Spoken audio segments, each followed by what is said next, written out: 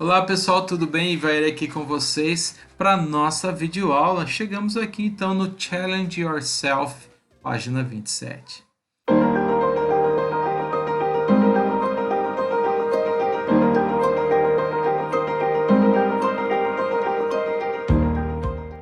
Primeiro exercício então aqui, que nós temos que fazer? Desembaralhar as letras para encontrar o nome do animal de cada alternativa que nós temos aqui. Então as letras estão todas fora de ordem, vocês irão colocar aqui.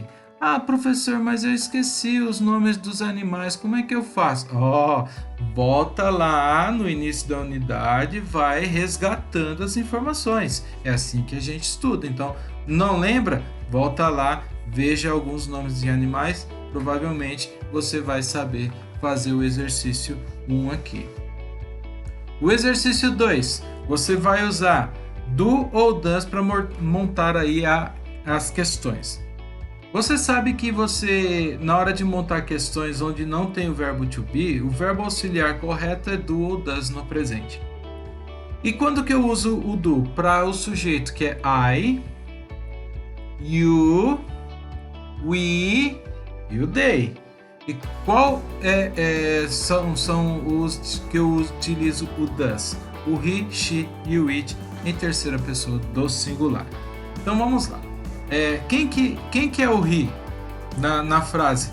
Pode ser o Carlos, pode ser o Michael, pode ser o Jerônimo.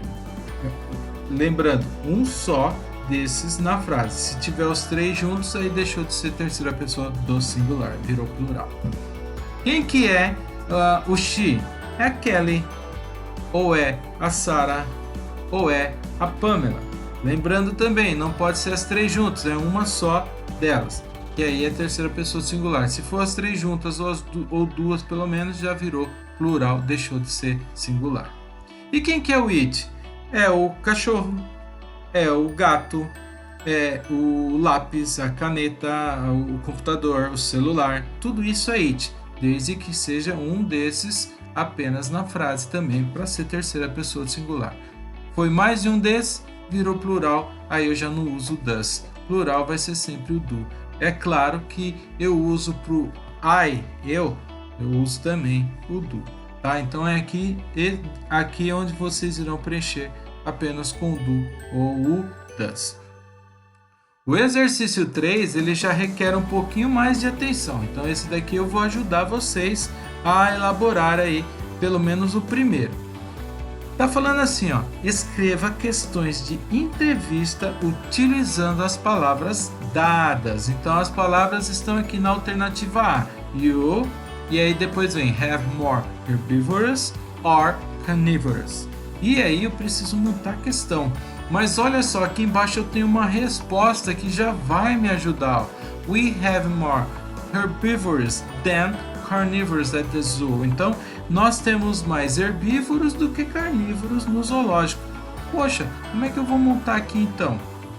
Lembra, para you, qual é o verbo auxiliar que eu utilizo? Do ou does? É o do. Então, do. O sujeito da frase, se eu acabei de falar que é para you, então eu estou vendo ali que é o you. Do you have more herbivorous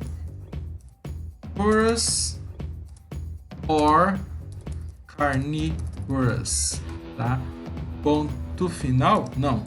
Ponto de interrogação. Por quê? Porque aqui eu fiz uma questão. Tá? Então, é essa daqui a questão de acordo com a informação que eu tenho aqui de resposta. Vocês têm mais herbívoros ou carnívoros? Nós temos mais herbívoros do que carnívoros no zoológico, tá bom? É assim que vocês irão fazer este exercício aqui. Lembrando que é o 3, tá? Aqui em cima, o 4, vocês terão que usar aqui no início das questões o where, o what ou o when. Lembrando, eles são WH question, conhecido também como question word, que é o que está aqui na sentença. E quando que eu uso o where? Quando eu me refiro a lugar, eu quero saber sobre lugar. E o what? Coisas no geral. E o when? Eu quero saber de tempo. Então vamos lá.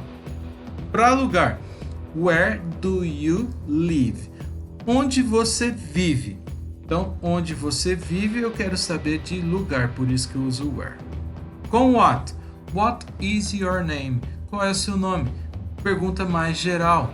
What do you do? O que você faz? Também é uma pergunta geral, a zona aí. Por isso que o what eu uso para coisas no geral. E o when? Eu quero saber sobre tempo. When do you go to school? When do you go to school? Quando você vai à escola? Eu vou de manhã, eu vou à tarde. Eu vou às 7 da manhã, então estou falando de tempo exato aí. Todo o contexto aí para vocês. Agora preencher aqui as informações com where, lugar, what, coisas no geral, e o when para falar de tempo. Exercício 5. Agora vocês irão fazer sentenças negativas, que implica aí alguns fatos sobre os animais. E aí vocês têm aqui, frogs, sapos, fecham os olhos dele quando eles dormem. Eu tenho que deixar então ela na forma negativa. Para formar a negativa, vocês já sabem, eu vou utilizar o do ou o does mais o not. Então aqui, vai ficar desse jeito. Frogs são os sujeitos da frase, os sapos.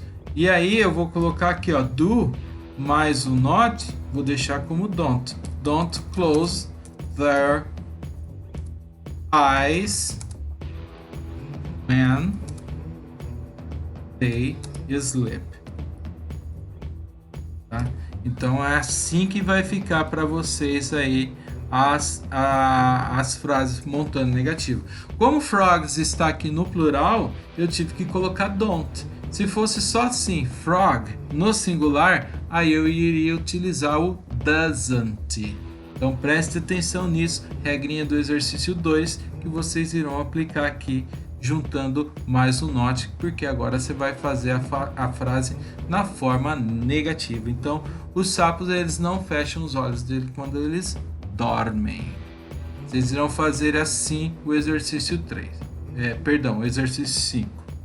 O exercício 6 chequem a entrevista do mantenedor lá do zoológico e numere as sentenças para montar uma atividade aí rotineira. Então você tem aqui entrevistador, a pessoa que faz a entrevista, né? E a pessoa que trabalha lá no zoológico, mantenedor.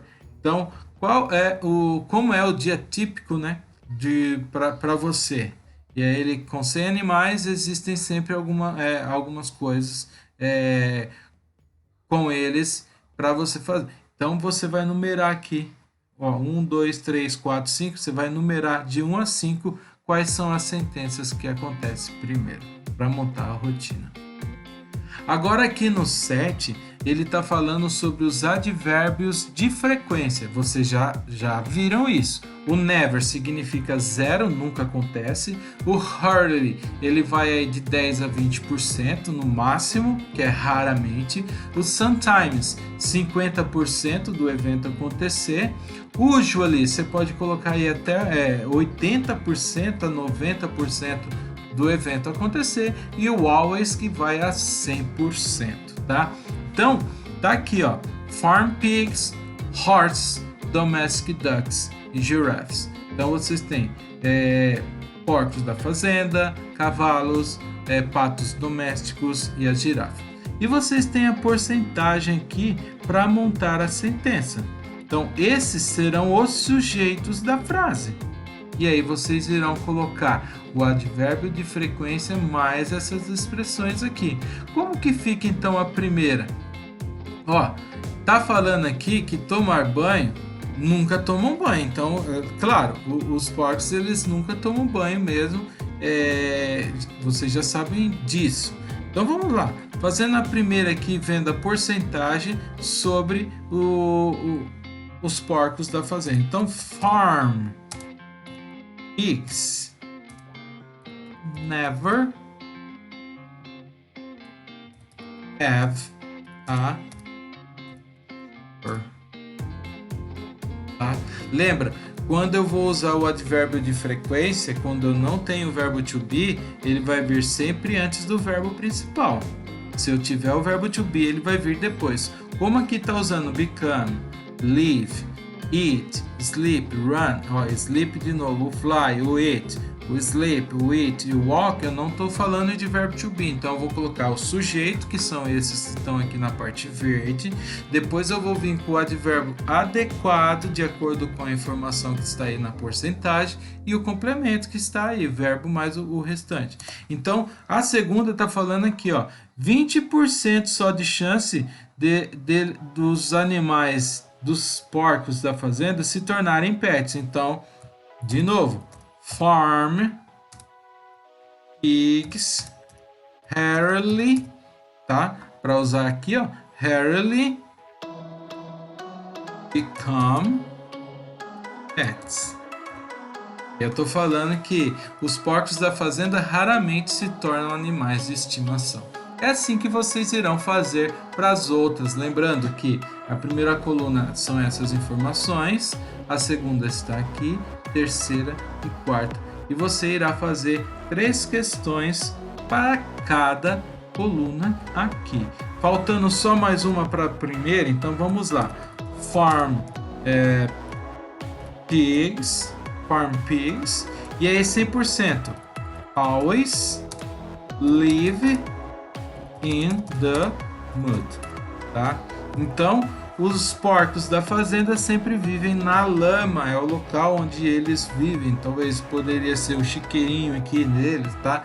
É isso mesmo que vocês irão fazer, colocando as frases para todas essas sentenças aqui. Primeira coluna, então, eu já fiz. Agora vocês terão mais 3 aí para fazer. E o exercício 8 está falando assim, ó, você pode nomear os animais que fazem esses sons. Lembra da aulas de sons lá que eu fiz? Eu fiz uns sons lá atrás. Então, prestem atenção para vocês saberem os... Aí vocês irão colocar aqui na frente o nome dos animais.